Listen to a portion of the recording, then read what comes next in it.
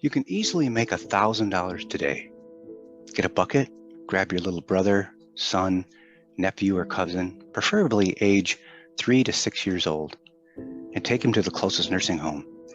Hand him the bucket and tell him to go up to the seniors and ask for money for your sick mother.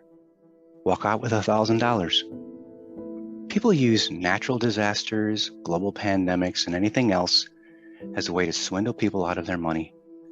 Things like hurricane relief, election campaigns, and any number of charitable causes, phishing emails, spam calls, and letters in the mail begging for money are rampant.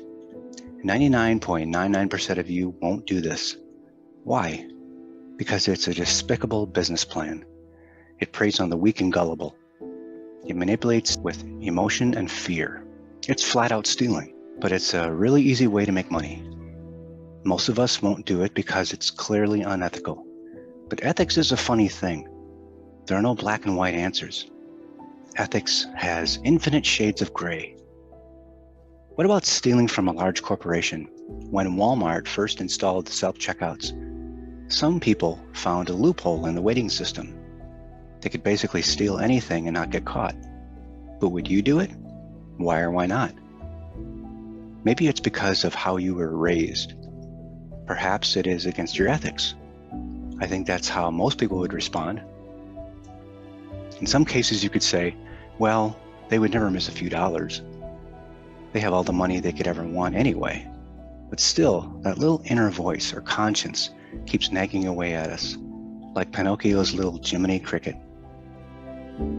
What if you are a part-time eBay or Amazon seller? I can tell you how messed up that system is. eBay and PayPal favor the buyer so much that if I wanted to, I could easily rip off sellers for thousands of dollars today. And I could do it in a way that would be barely noticeable. What would be the harm? Even Amazon's return policy is easily exploited. Companies scam us all the time. Someone who steals from a granny is a thief, but a corporation isn't? Bank of America illegally foreclosed on homes during the housing crisis and received a measly fine. Wells Fargo just got caught stealing billions and setting up fake accounts.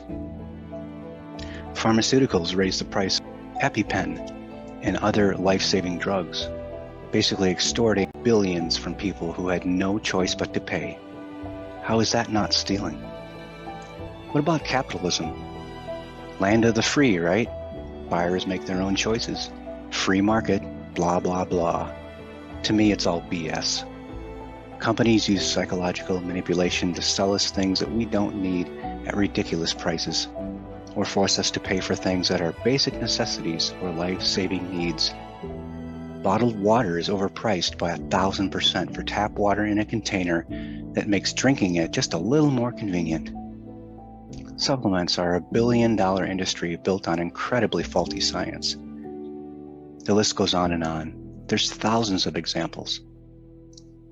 And don't even get me started about managed healthcare, planned obsolescence with cheap electronics, buying and selling mortgages and mutual funds on Wall Street, and the student loan crisis.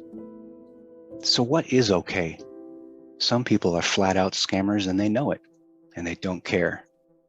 Some people simply believe the crap they are pushing, and there's everything in between. You have a decision to make. Where are you going to sit on the line of ethics? There's no right or wrong answer for this. I can't and won't make any judgments on you. You have to decide what's best for you. But it's easier to make money if you scam people. It just is. However, there are ways to succeed if you want to hold on to your ethics. It's a choice I had to make. I believe in doing what's best for the customer, and I also believe in providing a solution. And sometimes that involves persuading people by using a few shortcuts. How about buying 1,000 Twitter followers? That's an example of a shortcut. It makes your account look legitimate and gives you an initial boost. You need to gain real followers. It's not accurate, but if it gets you noticed by customers that really need your solution, then isn't it all worth it? However, buying Twitter followers or any other social media followers is not something I've done, nor do I currently do it. Automating email messages is also an example of a shortcut. This is something I do. If the information gets to the student who signs up for a course, is it less genuine if you don't type each email by hand? Yes, of course. But does it really matter? You might not want to take shortcuts and do everything manually. This is fine, but it takes longer to build and grow a real following. It takes longer to type one email at a time. It just does. You want to be real and straightforward, but sometimes you might need to take shortcuts to get that initial momentum or automation in order to scale or free up your time. Maybe buying social media followers doesn't work anymore, but that's not the point. When you really dig into the big players and popular accounts on any platform, you'll find that they all buy something to help them get somewhere and improve their bottom line. They might buy exposure or connections or courses or business training or whatever. There's always some degree of falsehood. It might even involve big boobs or fake hair, rented cars or mansions, maybe even a carefully crafted fake image. That's how the game works for a lot of people, but that doesn't have to be you. A lot of shortcuts involve paying for automation and data tracking, which are genuine game changers that don't involve image crafting or deception. That's all part of automated business operations.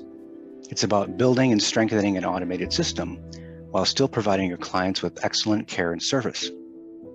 At the end of the day, what really matters is what you're offering. If you are offering a real solution to your customer or client, then you are legit. If you are overpromising and under-delivering or not delivering at all, then you're a scammer. It's as simple as that, and hopefully people will see that you are the real deal. Hopefully you can show them that if they go with your product or services, it's worth it. Always be genuine with people regardless of whether you get paid. Money should never be your ultimate goal. Consistently treating your clients as partners in success and showing them respect should always be your number one objective. Reputation is everything, and it always has been. Take care of yourself.